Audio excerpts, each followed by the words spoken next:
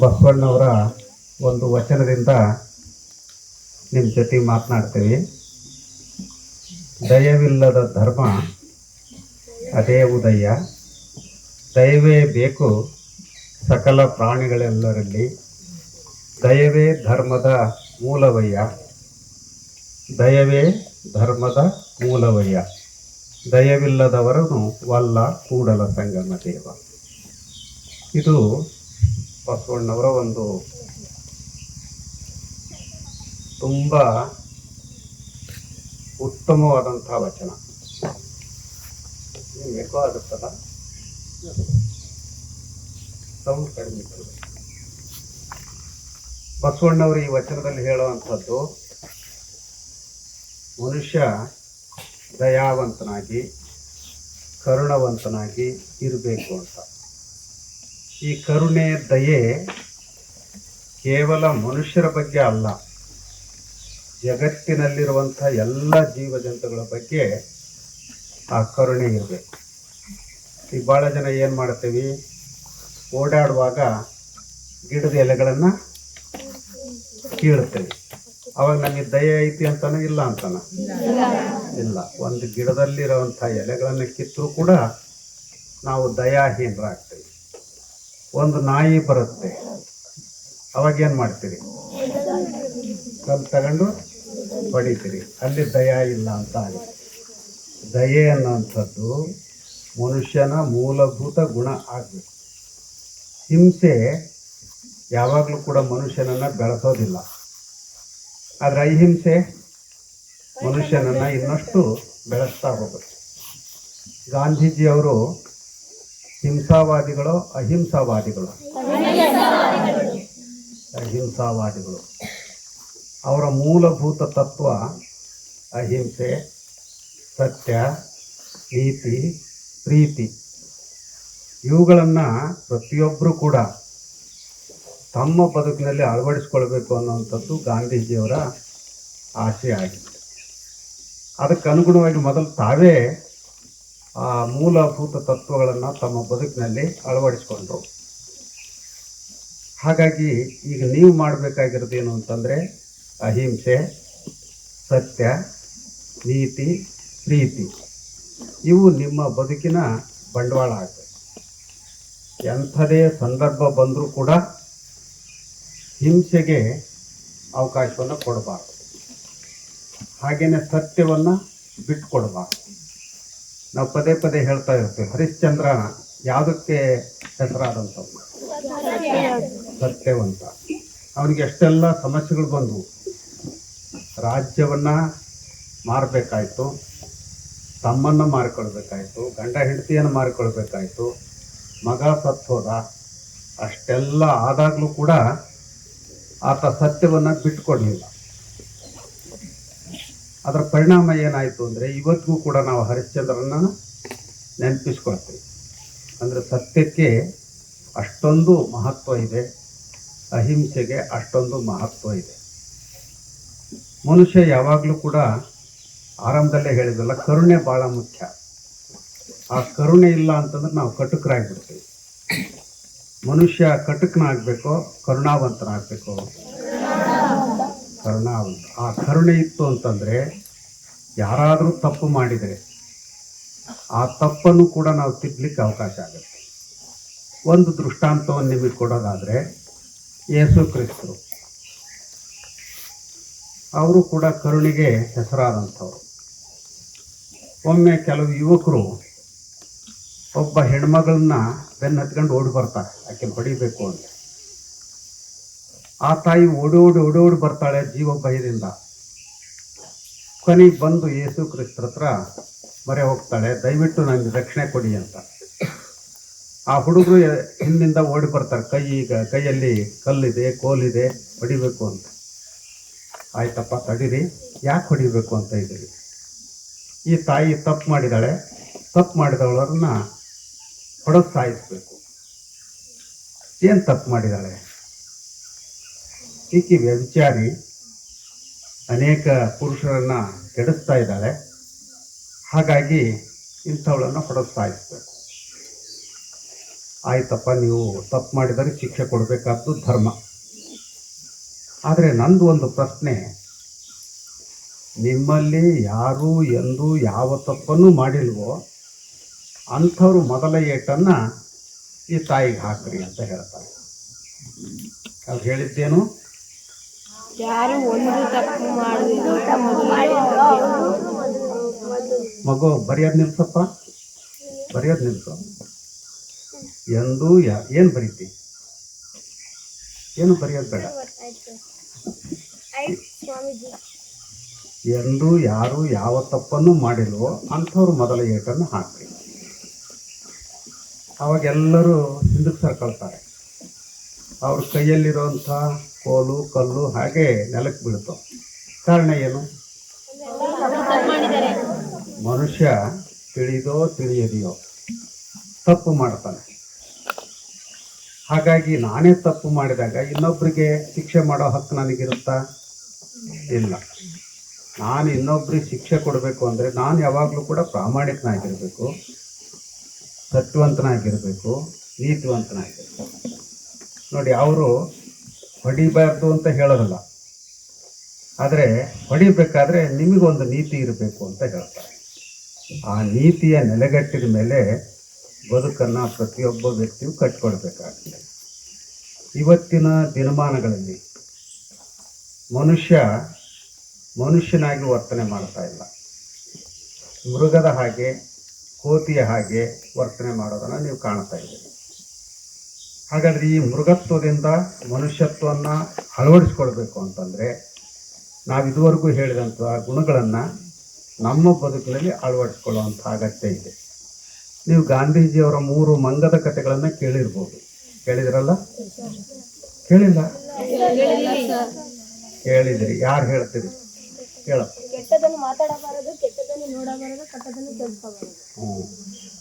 ಗಾಂಧೀಜಿಯವರು ಯಾವಾಗಲೂ 3 ಮಂಗದ ಚಿತ್ರಗಳನ್ನು ಹಾಕ್ಕೊಳ್ತಾರೆ. ಅದರಲ್ಲಿ ಒಂದು ಮಂಗ ಕಣ್ಣು ಮುಚ್ಕೊಂಡಿದೆ, ಒಂದು ಮಂಗ ಕಿವಿ ಮುಚ್ಕೊಂಡಿದೆ, ಇನ್ನೊಂದು ಮಂಗ ಬಾಯಿ ಮುಚ್ಕೊಂಡಿದೆ. ಏನಾದ್ರ ಅರ್ಥ? ಅವನು ಹೇಳಿದ, ಈಗಾಗಲೇ ಆತ ಸ್ಪಷ್ಟವಾಗಿ ಹೇಳಿದ, ಕೆಟ್ಟದ್ದನ್ನು ನೋಡಬಾರ್ದು, ಹಾಗಾಗಿ ಕಣ್ಣು ಮುಚ್ಕೊಂಡಿತ್ತು. ಕೆಟ್ಟದ್ದನ್ನು ಕೇಳಬಾರ್ದು, ಕಿವಿ ಮುಚ್ಕೊಂಡಿತ್ತು. ಕೆಟ್ಟದ್ದನ್ನು ಆಡಬಾರ್ದು. ಹಾಗಾದರೆ ಒಳ್ಳೆಯದನ್ನು ಆಡಬಾರ್ದ? ಒಳ್ಳೆಯದನ್ನು ನೋಡಬಾರ್ದ? ಒಳ್ಳೆಯದನ್ನು ಕೇಳಬಾರ್ದ? ಕೆಟ್ಟದ್ದು ಬಂತು ಅಂದ ಕಿವಿ ಮುಚ್ಕೊಳ್ಬೇಕು, ಬಾಯಿ ಮುಚ್ಕೊಳ್ಬೇಕು, ಕಣ್ಣು ಮುಚ್ಕೊಳ್ಬೇಕು. ಒಳ್ಳೇದಿತ್ತು ಅಂತಂದರೆ ಅದನ್ನು ಕಣ್ಣು ತೆರೆದು ನೋಡಬೇಕು, ಕಿವಿ ತೆರೆದು ಕೇಳಬೇಕು, ಅದನ್ನು ಮತ್ತೆ ಆಡಬೇಕು. ಹಾಗಾಗಿ ನಿಮಗೆ ಮೊನ್ನೆ ಒಂದು ವಚನ ಹೇಳಿದ್ವಿ. ಯಾವುದು? ಅಕ್ಕ ಮಹಾದೇವಿ ವಚನ ಹೇಳಿದ ನೆನಪೈತಾ? ಹೇಳಮ್ಮ, ನೀನೇ ಹೇಳು. ಹಾಡ್ತಾನೆ ಹೇಳು, ಹೇಳು, ಹಂಗೆ ಹೇಳು. ಕಣ್ಣಿಗೆ ಶೃಂಗಾರ, ಹಿರಿಯರ ನೋಡುವುದು, ಕರ್ಣಕ್ಕೆ ಶೃಂಗಾರ, ವಚನಗಳ ಕೇಳುವುದು. ಕಣ್ಣಿಗೆ ಶೃಂಗಾರ, ಹಿರಿಯರ ನೋಡುವುದು, ಕರ್ಣಕ್ಕೆ ಶೃಂಗಾರ, ವಚನಗಳ ಕೇಳುವುದು. ವಚನಕ್ಕೆ ಶೃಂಗಾರ, ಸತ್ಯವ ನುಡಿಯುವುದು. ಸಂಭಾಷಣೆಗೆ ಶೃಂಗಾರ, ಸದ್ಭಕ್ತರ ನುಡಿಗಡಣ. ಸಂಭಾಷಣೆಗೆ ಶೃಂಗಾರ, ಸದ್ಭಕ್ತರ ನುಡಿಗಡಣ. ಕಣ್ಣಿಗೆ ಶೃಂಗಾರ, ಗುರು ಹಿರಿಯರ ನೋಡುವುದು, ಕರ್ಣಕ್ಕೆ ಶೃಂಗಾರ, ವಚನಗಳ ಕೇಳುವುದು. ಕರಗಳಿಗೆ ಶೃಂಗಾರ, ಸತ್ಪಾತ್ರಕ್ಕೆ ಈಯುವುದು.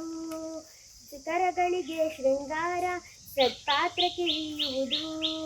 ಜೀವಿಸುವ ಜೀವನಕ್ಕೆ ಶೃಂಗಾರ ಗಣಮೇಳಪ. ಜೀವಿಸುವ ಜೀವನಕ್ಕೆ ಶೃಂಗಾರ ಗಣಮೇಳಪ. ಇವಿಲ್ಲದ ಜೀವಿಯ ಬಾಳುವೆ ಏತಕ್ಕೆ ಬಾತೆಯಯ್ಯ. ಇವಿಲ್ಲದ ಜೀವಿಯ ಬಾಳುವೆ ಏತಕ್ಕೆ ಬಾತೆಯಯ್ಯ. ಚೆನ್ನ ಮಲ್ಲಿಕಾರ್ಜುನ, ಚೆನ್ನ ಮಲ್ಲಿಕಾರ್ಜುನ. ಕಣ್ಣಿಗೆ ಶೃಂಗಾರ, ಗುರು ಹಿರಿಯರ ನೋಡುವುದು, ಕರ್ಣಕ್ಕೆ ಶೃಂಗಾರ, ವಚನಗಳ ಕೇಳುವುದು. ಕರ್ಣಕ್ಕೆ ಶೃಂಗಾರ, ವಚನಗಳ ಕೇಳುವುದು. ಕರ್ಣಕ್ಕೆ ಶೃಂಗಾರ, ವಚನಗಳ ಕೇಳುವುದು. ನೋಡಿ, ಆ ವಚನದಲ್ಲಿ ಅಕ್ಕ ಮಹಾದೇವಿಯವರು ಹೇಳೋದು, ಏನನ್ನ ನೋಡಬೇಕು, ಏನನ್ನ ಕೇಳಬೇಕು, ಏನನ್ನ ಆಡಬೇಕು, ಏನನ್ನ ಮುಟ್ಟಬೇಕು, ಅಲ್ಲಿ ಒಂದು ಸಂಸ್ಕಾರವನ್ನು ಕೊಡ್ತಾ ಹೋಗ್ತಾರೆ. ಬಸವಣ್ಣವ್ರಿಗೆ ಇನ್ನೊಂದು ವಚನ ಬರುತ್ತೆ, ನುಡಿದರೆ ವಚನ ಈಗೆಲ್ಲ ಬರುತ್ತಾ ನಿಮಗೆಲ್ಲ? ಹಾಡು ಹೇಳಿದಾರ? ಹೇಳ್ರಿ, ಹಾಡು ಹೇಳ್ರಿ.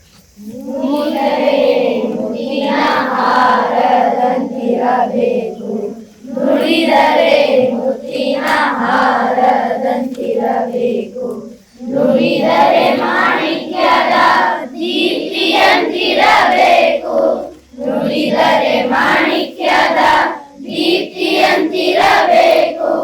ನುಡಿದರೆ ಮುತ್ತಿನ ಹಾರದಂತಿರಬೇಕು, ನುಡಿದರೆ ಮುತ್ತಿನ ಹಾರದಂತಿರಬೇಕು, ನುಡಿದರೆ ಮಾಣಿಕ್ಯದ ಶಲಕೆಯಂತಿರಬೇಕು, ನುಡಿದರೆ ಸ್ಫಟಿಕದ ಶಲಕೆಯಂತಿರಬೇಕು, ನುಡಿದರೆ ನಿಮ್ಮ ಮೆಚ್ಚಿ ಹೌದೌದೆನ್ನಬೇಕು, ನುಡಿದರೆ ನಿಮ್ಮ ಮೆಚ್ಚಿ ಹೌದೌದೆನ್ನಬೇಕು, ನುಡಿದರೆ ಮುತ್ತಿನ ಹಾರದಂತಿರಬೇಕು, ನುಡಿದರೆ ಮುತ್ತಿನ ಹಾರದಂತಿರಬೇಕು, ನುಡಿದರೆ ನಡೆಯದಿದ್ದರೆ ನುಡಿಯೊಳಗಾಗಿ ನಡೆಯದಿದ್ದರೆ ಕೂಡಲ ಸಂಗಯ್ಯ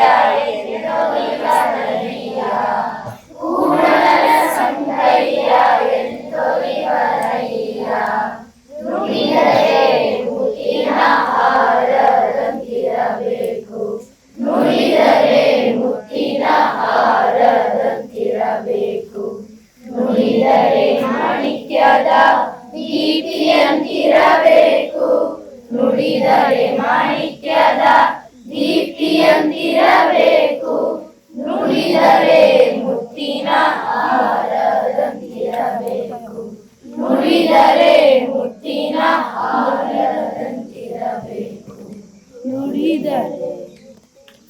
ಅಂದರೆ ನೀವು ಆಡುವಂಥ ಮಾತುಗಳು ಮುತ್ತಿಗಿಂತ ಹೆಚ್ಚು ಬೆಲೆಯುಳ್ಳವಾಗಿರಬೇಕು, ಮಾಣಿಕ್ಯಕ್ಕಿಂತ ಹೆಚ್ಚು ಬೆಲೆಯುಳ್ಳಾಗಿರಬೇಕು, ಒಳ್ಳೆಯ ಮಾತುಗಳನ್ನೇ ಆಡಬೇಕು. ಆಡೋದಷ್ಟೇ ಅಲ್ಲ, ಆಡಿದಂತೆ ನಡ್ಕೋಬೇಕು. ನಡೆನೇ ಒಂದು, ನುಡಿನೇ ಮತ್ತೊಂದು ಆಗಿರಬಾರ್ದು ಅನ್ನುವಂಥದ್ದು ಆ ವಚನದ ಆಶಯ. ಆ ಹಿನ್ನೆಲೆಯಲ್ಲಿ ಆ ಮೂರು ಮಂಗಗಳ ದೃಷ್ಟಾಂತಗಳಿಂದ ನೀವು ಕಲಿಬೇಕಾದ್ದೇನು ಅಂದರೆ, ಕೆಟ್ಟದ್ದನ್ನು ನೋಡಬಾರ್ದು, ಕೆಟ್ಟದ್ದನ್ನು ಆಡಬಾರ್ದು, ಕೆಟ್ಟದ್ದನ್ನು ಕೇಳಬಾರ್ದು.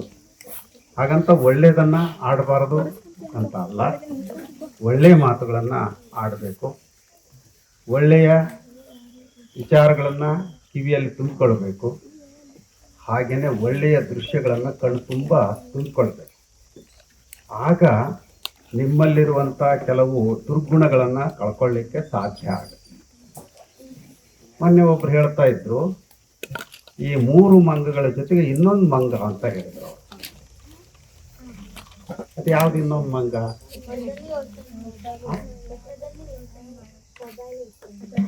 ಈಗ ಕೇಳ್ತಾರೆ, ಸರಿ ಇದೆ, ಮೊಬೈಲ್ ಹಿಡ್ಕೊಂಡು ನೋಡ್ತಾರಲ್ಲ ಅದು ಒಂದು ಮಂಗ ಅಂತ ಹೇಳ್ತಾ ಇದ್ರು. ಇಂಥವೆಲ್ಲ ವಿಚಾರಗೋಷ್ಠಿ ನಡೀತಾ ಇರುತ್ತೆ. ಅವಾಗ ಕೆಲವ್ರು ಏನು ಮಾಡ್ತಿರ್ತಾರೆ, ಸುಮ್ಮನೆ ಮೊಬೈಲ್ ಹಿಡ್ಕೊಂಡು, ಈಗ ನಮಗೂ ಮೊಬೈಲ್ 2-3 ಸರಿ ರಿಂಗ್ ಆಯಿತು, ನಾವೇನು ಮಾಡಿದ್ವಿ, ಎತ್ಕೊಳ್ಳೋಕ್ಕೆ ಹೋಗಲಿಲ್ಲ ಅದನ್ನು. ಯಾಕೆಂದ್ರೆ ಒಂದು ಕಾರ್ಯದಲ್ಲಿರ್ತೇವೆ, ಕೆಲಸ ಮಾಡ್ತಾ ಇರ್ತೇವೆ ಅಂದರೆ ಆ ಸಂದರ್ಭದಲ್ಲಿ ಮೊಬೈಲ್ ಕಡೆ ಗಮನ ಇರಬಾರ್ದು. ಬರೀ ಅದನ್ನೇ ತಗೊಂಡು ತೀಡ್ತಾ ಇದ್ದರೆ ನೀವು ಒಂದು